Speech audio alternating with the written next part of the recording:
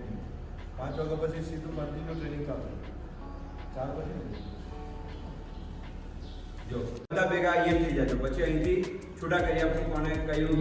જગ્યાએ જવાનું છે એ કરી આપશું બરાબર 4 થી 5:30 જે તમારો ટી બ્રેક પડશે તે અડધો કલાકનો છે 6 વાગ્યા પછી પાછું સિસ્ટમ ચાવી અહીંયા જમા કરાવવાની ને જાય ત્યારે અમારી પાસે લેતા જવાનું છે ત્યાં સુધી કોઈ પોતાની પાસે ચાવી રાખવાની નથી